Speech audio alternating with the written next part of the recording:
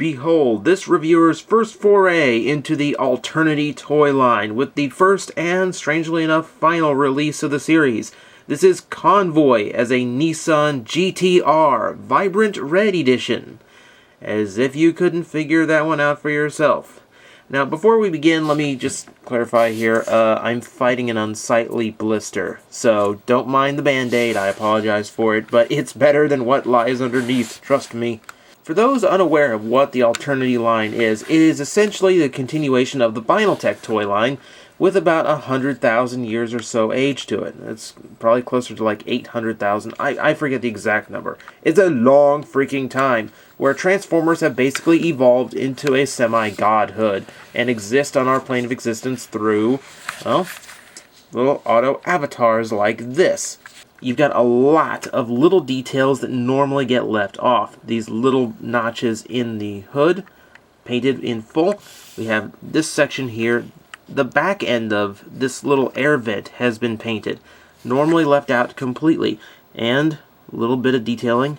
The handle's also been painted. This rail at the bottom, consistent all the way through, all the way to the front to the back.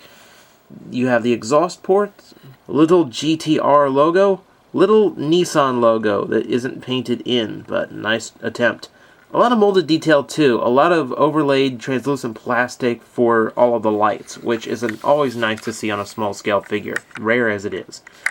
You can see the painted hubs, and inside, you can see the brake. I believe that's the brake. I'm not a car guy. I will be chastised if I am wrong, I'm certain of it, so don't bother correcting me. I know by now. Also little touches like this, something that Alternator has really made famous, which is this metallic little sticker on the inside. Actually, this might be paint, I can't tell from here. But it does get the impression of a mirror. It's a very small detail, but it's an awesome one when they include it. And we can also see, once again, little tiny GTR logo here in the front, and a very nicely painted and detailed grille section, as well as the, once again, translucent plastic over molded headlights. There's a ton of detail going on to this particular car mode, and this is one of those really nice cars. The only thing I would really knock against it is how many panel lines are showing up. You can see a ton of them throughout the side of the car, especially once you get closer to the midsection, especially on the roof as well. But that's a minor gripe at best, because, well, as a Transformer, you have to expect these things. And just like the Alternator line, you can open up pretty much everything on here just like it was a real replica car. You can see underneath the hood where we can see a very powerful and sleek engine block. We can see inside the trunk where there's a bunch of hinges. Nice job. Might as well not even look. And of course we have the inside, which has the molded in seats. Very hard to see here on camera, but you can see the stick shift inside. You can also see little details like the air conditioner vents that have been molded in.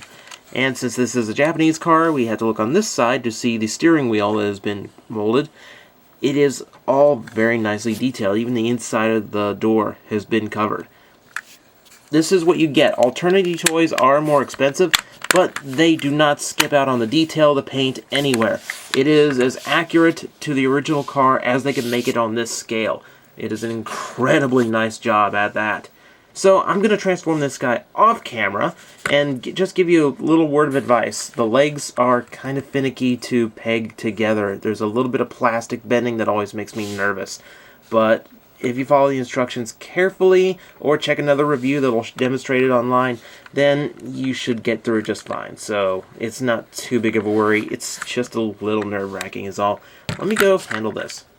And now that we're in robot mode, let me give you a small example of what we are dealing here with Alternity. This is the tech spec for this toy, and wow, okay, this is detailed. Just listen to some of this that this guy is packing. 10-dimensional processor block, Timaeus power track generator, universal emulator engine. Yes, he can run Super Nintendo and Genesis ROMs. Phasic isolation shield emitter, planet force storage reactors. I don't even know what that is. Anti-Hytherion space-time piercing tachyon blasters, which means he can shoot you in the past, present, and future at the same time. I couldn't make this up if I wanted to.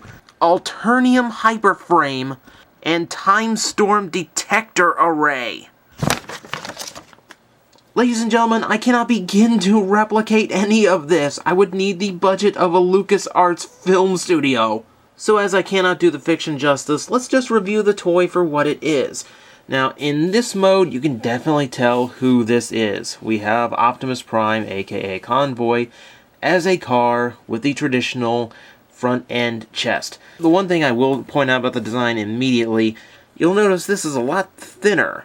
That is mostly because it is folded in on itself in a way that I don't think I've seen any of the normal ones do it. It's a little bit of automorph that comes into play here that really turns out a very nice and unique look. Very much sleeker than what this typically results in. That is a good design choice all around. He does get a little heavy in this mode. I should mention, since this is the descendant of the Binaltech line, he does have quite a bit of die-cast heft, all in the front end in vehicle mode. Here, it's mostly on his back and in his chest. It does make him quite top-heavy, so there's a few balance issues, especially with very small heel spurs to actually balance him on. But with a little bit of practice, you can get him to balance pretty well. I recommend actually slumping him over just a little bit. His head does come up so he can look straight ahead, but that does give you a very nice, neutral, balanced pose. Taking a look at everything else, we do have a full range of shoulder movement, and don't worry about this kibble. It is on a swivel, so you can move it out of the way.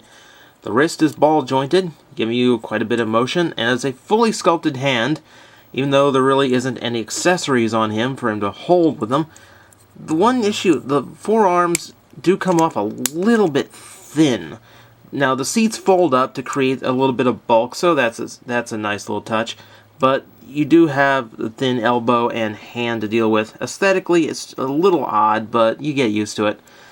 Midsection, you have the very tiny Autobot logo on his codpiece, and some of the classic design details, like the little bit of yellow here on his pelvis, are intact. All of that is nicely painted in silver. You've also got... ooh, I love ratcheted joints. That provides a lot of stability in vehicle mode. Now, no waist articulation because of the way he transforms, but as you can see, the hips fully operational. You also get, ooh, really solid clicky joints in the knees. Also, since this has become so popular, the ankles do have a bit of swivel to them, so you can adjust them as necessary. Also, like I said, the neck does pivot and hinge. You can move it up and down just a little bit, enough to make him look straight ahead if you have to slump him over. And, of course, full rotation, which is actually part of the transformation, so no surprise. Detail-wise, it is a very updated version of Optimus Prime's traditional-looking head. As you can see here, very sleek, a little bit meaner looking with the thinner eyes and eyebrows crossing down. You've also got a little piece on his chin that isn't normally there. The horns are flattened out a little bit. You can definitely see what they were going for with this evolved Optimus Prime head. Now, normally I'm not a fan of light piping, but this is the best kind, using clear plastic and a translucent paint job on the eyes to give them the blue color. This is what Universe 2 Inferno did, and I loved it for that because it made it shine through so well. So I'm really glad to see, finally, some other toy actually did that. Now, gimmick-wise, he's an automorpher. There's a couple of automorphs in his transformation, actually. But those blasters mentioned are here as well. Fold those out from the back of the seat, which is a little hard to get out.